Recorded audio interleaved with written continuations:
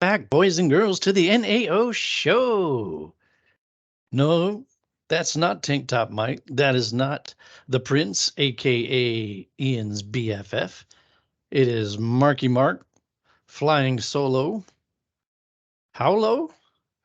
So low that he may crash and burn at any moment. Right, let's see. Hang on. Start off with bad joke. Check. Alrighty. Well, as you can see, it's just me. Little apology to our fan out there to let you know we know we haven't been very consistent lately, to say the least, with the show, but we've all had a lot going on. Um, I'll let Mike and Sean speak for themselves, but on my part, I've had a lot with work and with the personal life. But good news is I got one daughter, my oldest daughter, off to England. She was with me off and on for several months while she was getting ready to go, selling things, giving things away, just, doing all the stuff, packing stuff. Man, she took 4 gigantic bags to England, spent a fortune taking what she could over there, had to sell her vehicle, ended up staying with me for several weeks right before Thanksgiving.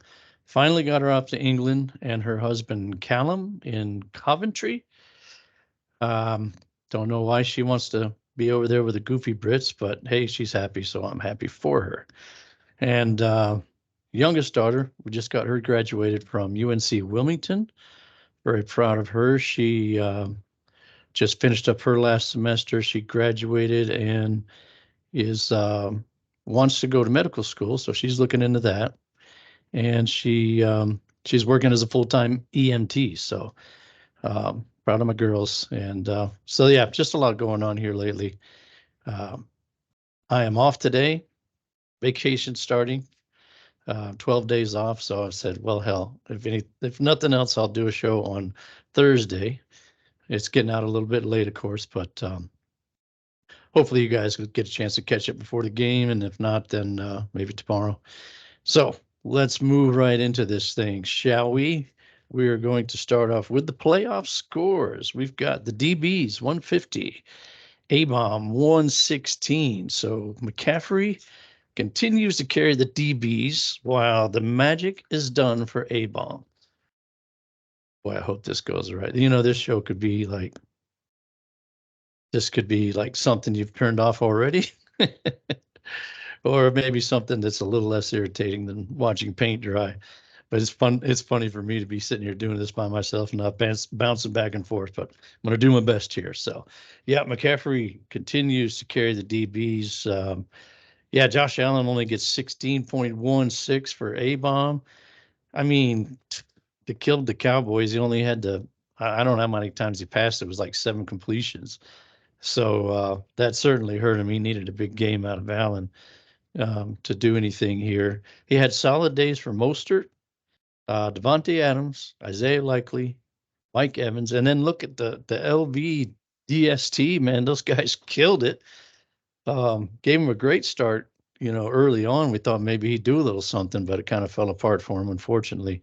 When you got Taysom Hill going for 1 point, and Goose Davis, new nickname for Gabe, Goose Davis gets the big old goose. So yeah, when 2 out of your 10 spots are putting up 1 point between them, not good, especially in the playoffs. So unfortunately, like I said, the magic was over. There was no Barrios. There was no sexy Rexy in this one. So all about CMC with 39.2, who just continues to smash. Rashad White, the volume play there, 20.9, and Miami DST 24. A lot of the other guys were just kind of so-so, but they were able to still put up a really good total there based on some of those overachievers right there. That Miami defense was a good pickup. I don't know when they picked them up, if they had them to start the season or not, but that was one going into the playoffs that was looking really good. A lot of those matchups, maybe not so good to continue the playoffs, but they've been killing it, man. Double digits every week for the last, 5 weeks, and some of those up in the 20s for the Miami defense. So good on them for padding the roster with a good defense there. So they will move on to the championship, and they will face the winner of the next game here that I'll give you the score of. That is Pooh Crew 115, the Prince 113. So the actual difference here was 2.76 points, or basically like one catch for 25 yards for Devonta Smith, and Sean would have had it. This was tough, man. This one broke my heart, really did. Sean called me, texted me, I guess I should say, Monday afternoon, and asked me if I want to come watch the game at one of our local hangouts. And last thing I wanted to do on a Monday afternoon, and as hard as I've been working, was drive 40 minutes over to one of our little favorite places we go to eat and drink and be merry and watch the games. But I knew it was a lot riding for him, so I went on over there.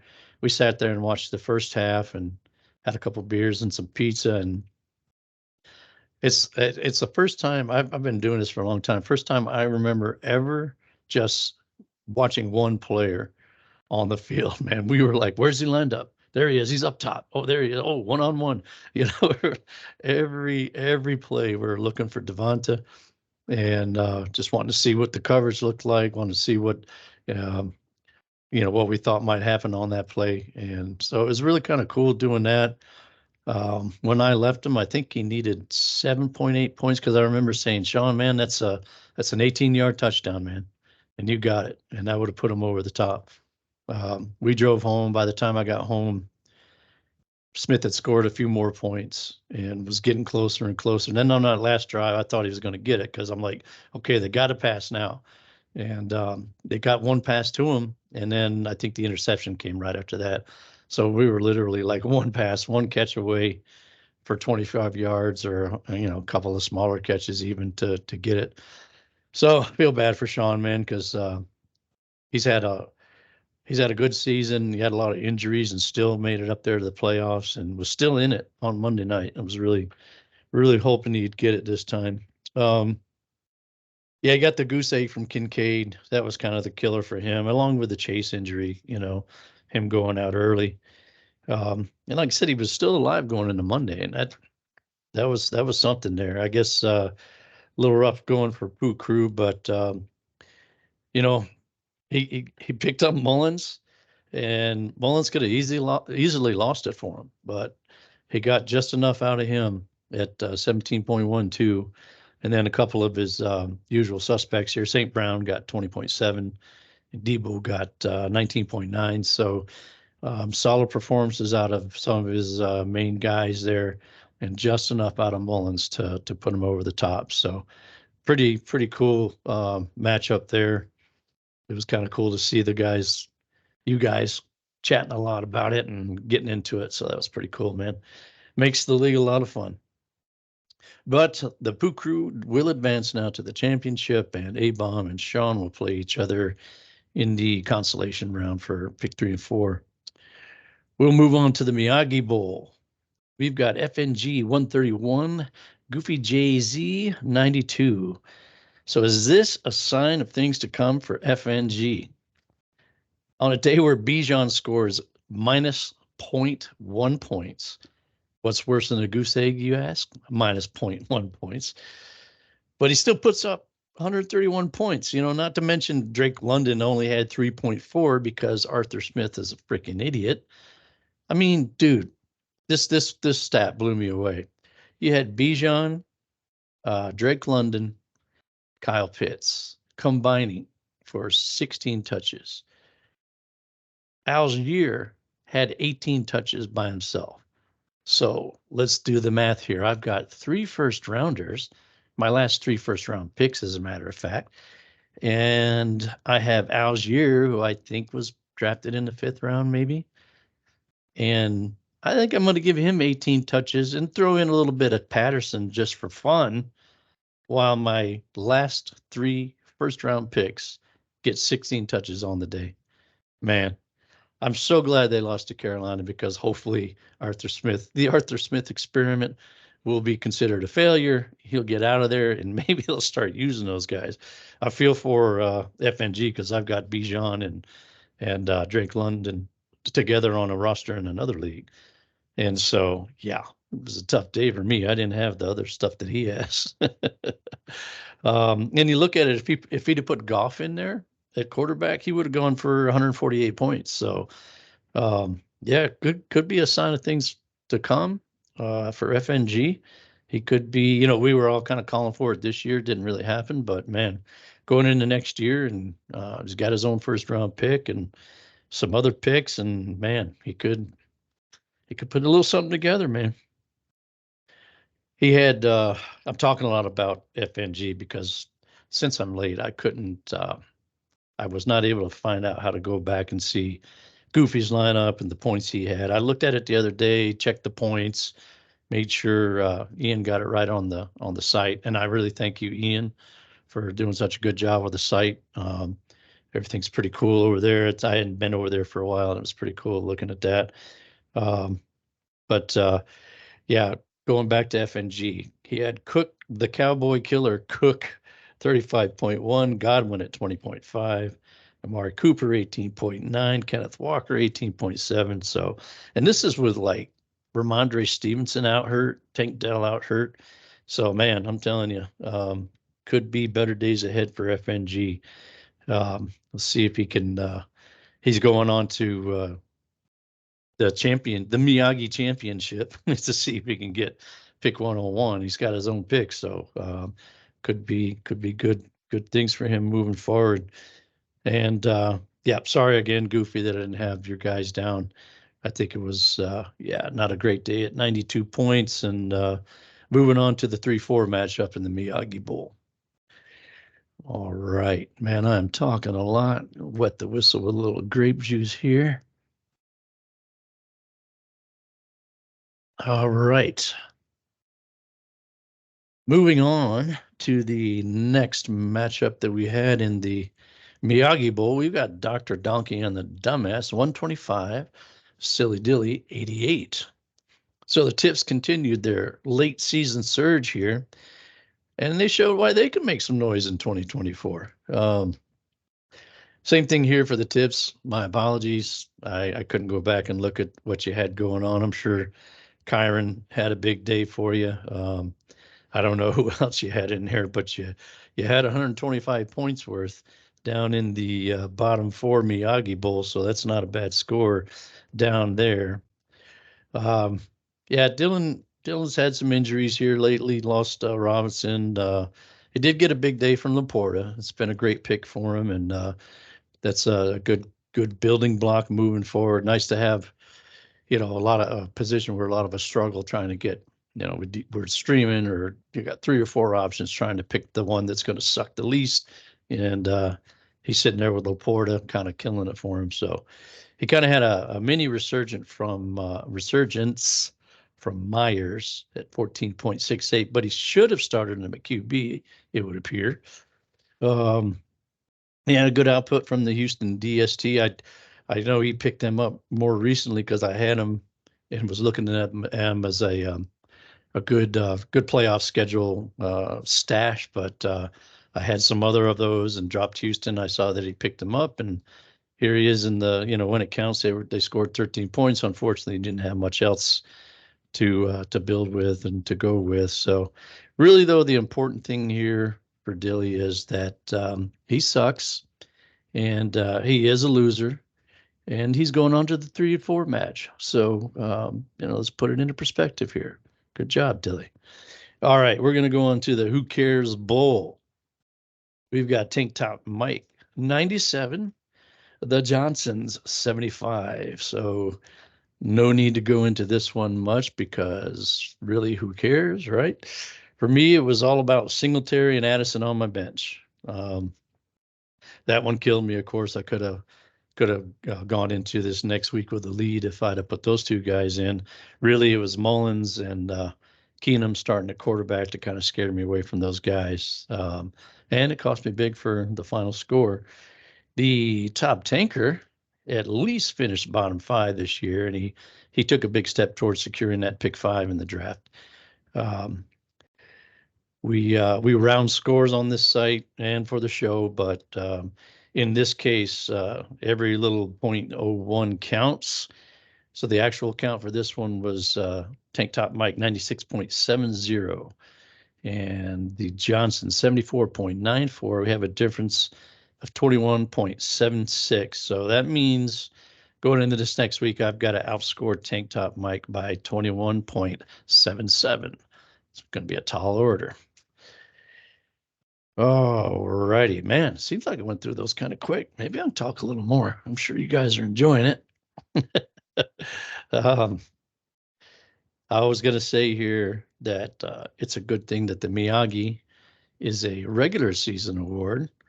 Otherwise, I would have to sit here and give it to myself. And I think the last thing you guys want to see is me sitting here giving it to myself. All righty. What is that thing that we say in the NAO show? Oh, yeah. Moving on. Paper number 2. That seemed to go kind of quick. Maybe I should slow down. I don't know. Throw in a little bit more. I don't know. It's not like you guys want to watch me talk for a freaking hour. So we will move on to this week's, I should say. Freaking, hey, man, it's already Thursday. Yeah, we'll move on to this week's matchups. We've got the DBs versus the Pooh Crew for the championship. So we'll have our first repeat champion. And unfortunately for Ian, he's coming in a little bit dinged up. He's kind of trying to will JT into his lineup. He's got him in there right now. He is practicing in full. I think I saw something right before I turned on the tape here that today's practice will make the difference for JT. I think they'll make the decision based on today's practice. So he's in the championship, and I hope for his sake that he gets his studs in there as much as he's able. So hoping that JT can go for him, and he's going running back heavy. He's got ETN, he's got Monty, he's got Saquon, and then the aforementioned JT, hoping to get him in there. You know, a lot of times the running backs win championships this time of year. With the weather and the cold and everything else, it seems it's more of a running back league. It seems like a lot of times the championships have one or two really good ones in there. So it's not a bad strategy for him to go so running back heavy. Could be a better score for him in the end. So the big question marks for Ian here, really, besides JT, who is trending in the right direction anyway, but he's got Keenan Allen, questionable. And do they even put him in there for they got a lost season here and at his age and being injured? Do they even put him in there? I mean, I don't know. So that's a big question mark for him. I think if I'm Ian and Keenan's out, I'd probably put DK in there. I think DK's got a pretty decent matchup this week. Might be a good pivot for him. So not all is lost. He does have, although when I was looking at the bench, I was like, man, I'm not crazy about starting any of these, but I think DK was the one that popped out to me as one that could have some sleeper value as with a good matchup there. And then Mullins, that's the other question mark for him is can Mullins put together another decent game? Wasn't a great game for Mullins last week, but he put up 72 points. So he got it done. I mean, it helped Ian keep pace with Jordan Love in his matchup. So that's kind of what best you can ask for. If he can get 15 or more points, and maybe he's got a fighting chance there. I hope Mullins is good for Addison, who I do have in this week, and will probably bomb now that he went off on my bench and I put him in the lineup this week. So just a little update on Jordan Addison before we get to that. Over on the DB side, we've got kind of a fake lineup for them the last I checked, so I won't go too much into their lineup. I hate they've got Dak in there, and so I'd love to root against the DBs, but I can't root against Dak. I mean, I need my boy to help my boys. What do we got? The star there, yeah. I need my boy to help my boys. Maybe they'll take him out. They should put Purdy in there, really. That's who I'd go with, man. He's the superstar. He's the new favorite for the MVP. So they really, what are you doing with Dak in there anyway? Um, One thing I did note when I was looking down the roster of the DBs is that Evan's nicknames for the players make me roll my eyes so hard that one of them actually popped out, and I had to get it back in right before I turned the tape on here.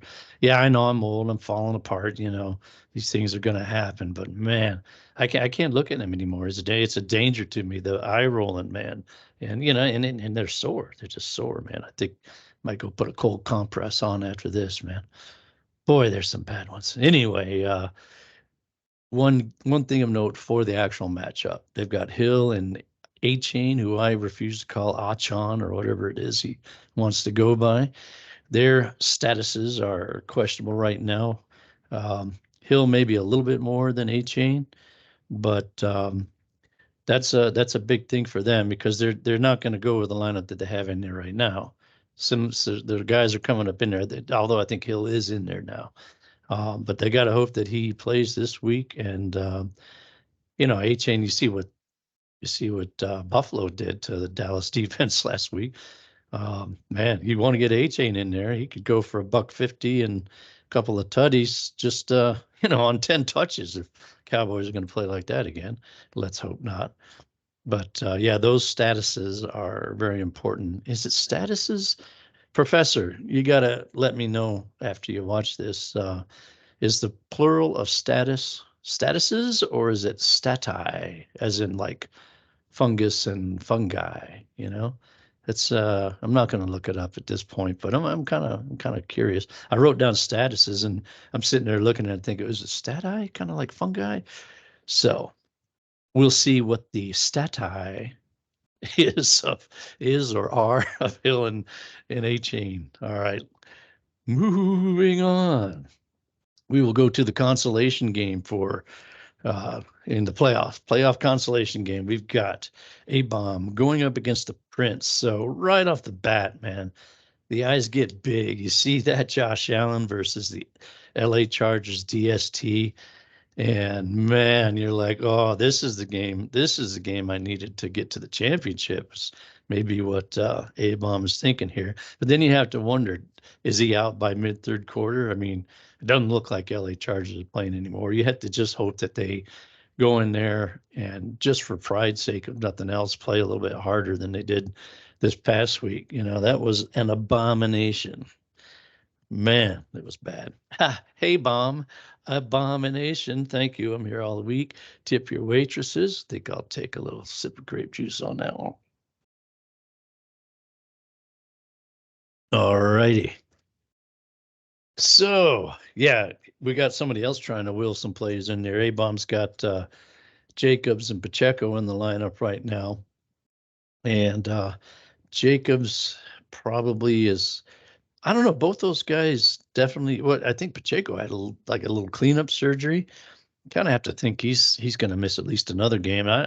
Jacobs, I wouldn't bet any money on him playing. He does have Najee on the bench, and he has the Atlanta touch leader in Algier. So hey, man, throw Algier up in there if your boys can't go, man, because Arthur Smith's going to give him all the touches, man. He's going to double down on that crap. So I doubt we'll see Goose Davis in there. I think he's probably done with Gabe Davis for the year and probably looking to throw him into any trade he can next year. So it's been a shame too, man, because Davis, man, I don't know, he's had some great games, but so boomer bust, but none like this year. In past years, at least his bust would get you some points. But man, he's goosed it in what, 4 out of 5 or 3 out of 4, something like that crazy, with the 120-some game there in between. Just crazy stuff out of Gabe Davis, man.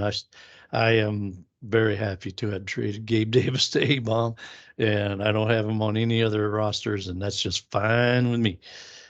All right, let's look at Sean here. Of course, he's got another injury, man.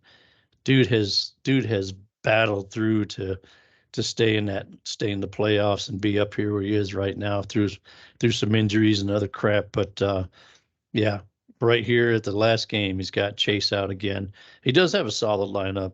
I see he's sticking with Kincaid. He's limited with a shoulder injury. He may have to pivot. He hates that word. He hates when I say pivot. So I just love to say pivot to Logan Thomas.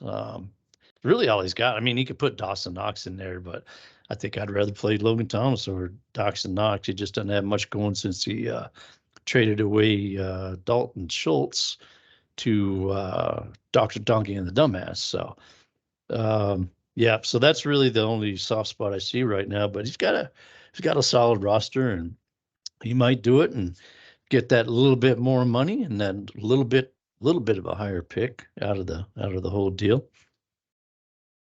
All right, we're going to move on to the Miyagi Bowl. I know you all been waiting for this, boy.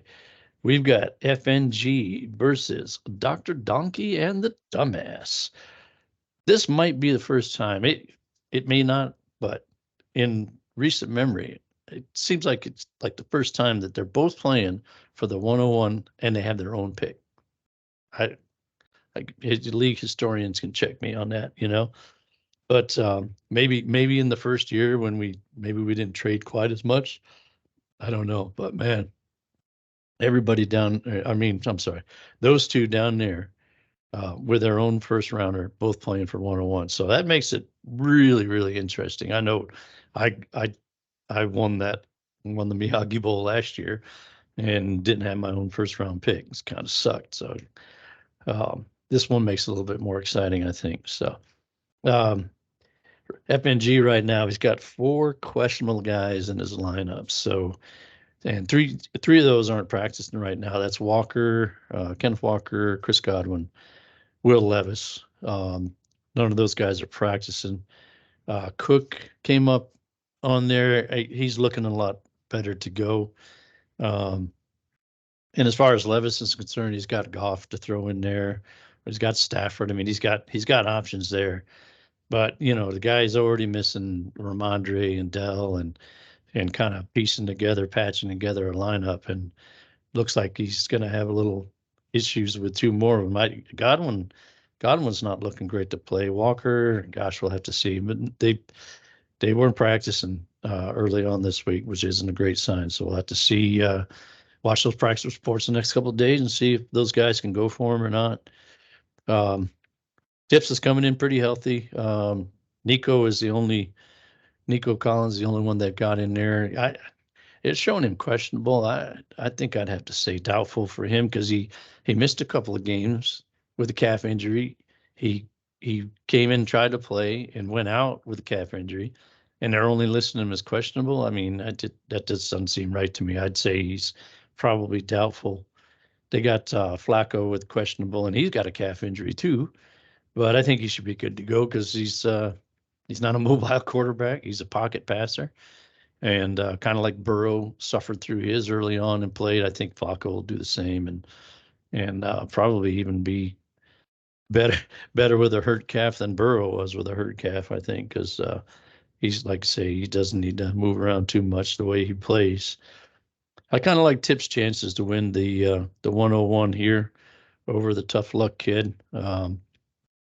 And that would be something because they were down there at the bottom all year until Goofy decided to come down and take that number 10 spot away from them. So they finished out pretty strong. And if they get this 101, then that gives them a lot of hope going into next season here.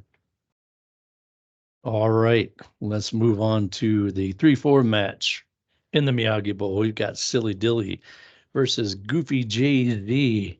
So Dylan's playing for the DBs, trying to get him pick number 3. Poor guy's coming in with Jaleel McLaughlin in his running back 2 spot. And I think it pretty much says all you need to know about this one. If that's your play, where you only have to start 2 running backs, that's not a great thing for him. Unfortunately, he's got some injuries and he's got some tough matchups across the board. So I don't know how good I feel about him getting that pick number 3 for the DBs. So they may have to settle for number 4 there. Yeah, and Goofy, man, he's dealt with injuries all season. He's got Ford and Aaron Jones in there with a questionable tag. I think Ford's going to be fine. He played through last week. I think he's on just because he's got a wrist. So his wrist isn't 100% still, but he's able to play through it. So I think Ford is going to be fine unless there's some weird setback for him. Jones, though, man, he's kind of limping into the end of the season here.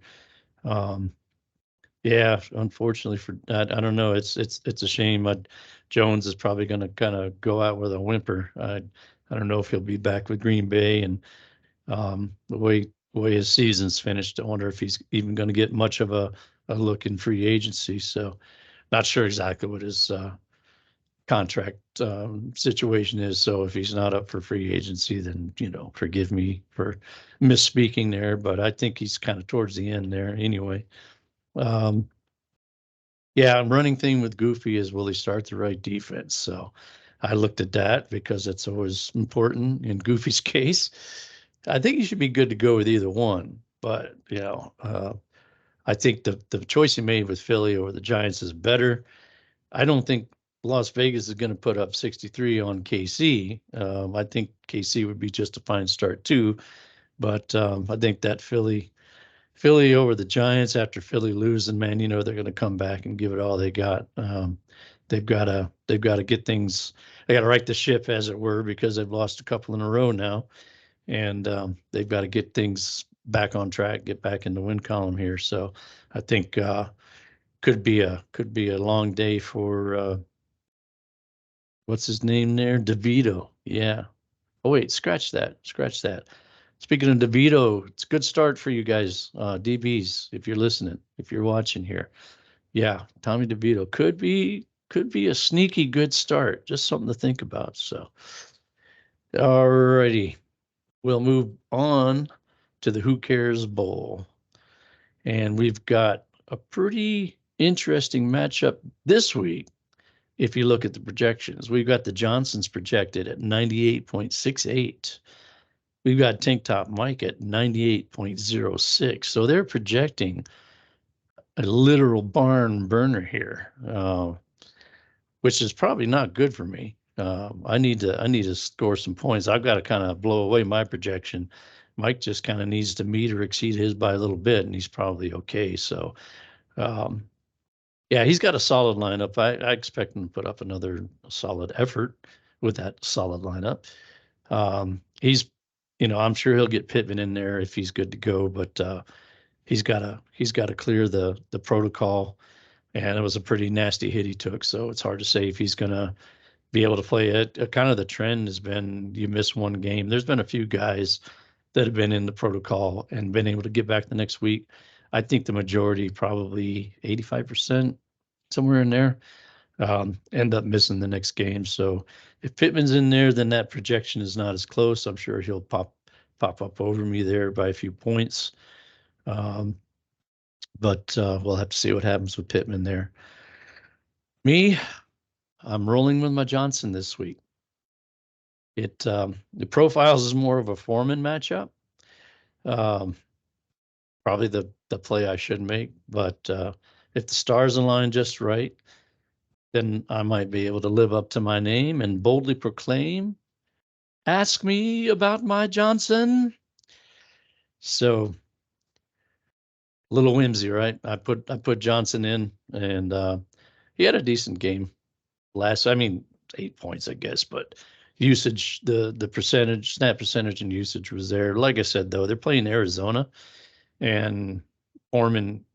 The only thing with Foreman, he has been nursing an ankle injury, but uh, Foreman could just kill Arizona, and they could just like get out of there quick, running the ball. And that would favor Foreman a little bit more as the early down guy. But we'll see. We'll see what happens, and maybe Johnson will finally give me one game to make that name worthwhile here. So wow. I did two sheets and I got through them already. I guess it's quicker when you're talking by yourself and not getting interrupted so much. I won't mention any names there, Sean. I mean, I won't mention any names there um, about that interrupting and stuff. But anyway, guys, again, apologize that we haven't been very regular here. Um, and hopefully we can get things going again. I mean, it's just kind of a stretch for all of us where we just haven't had the time for one reason or another. And I will give a shout out to Ricky. He did volunteer to do a show, but he couldn't go. He could go yesterday, but it's 6:30 p.m. I gave him a message saying I'm still at work, and when I get home, I'm not going to do anything but eat and pass out. And that's exactly what I did, basically. Although I did see Sean for a little bit before he heads up, sorry, to New York. And but thanks to Ricky for being willing, and sorry that you guys had to suffer through just me. It would have been a lot of fun if Ricky and I could have done a show together. Maybe we'll get him in a show in the upcoming weeks here. Let him take a victory lap or two on the roster and how well they're doing. I'd say let him and Landon, but I don't think Landon cares too much about coming on. He's a fanboy. It wouldn't be right for the fanboy to be in the show, right? So, yeah, we gotta let him just watch, not be a part of it. So that'll do it for the show, though. Hope you guys somewhat enjoy it. Hope you'll get a chance to see it before it gets too late and all that kind of stuff. You probably see me looking up here. I'm getting ready to hit that stop recording, but I can't do that until I say, Ian, you suck.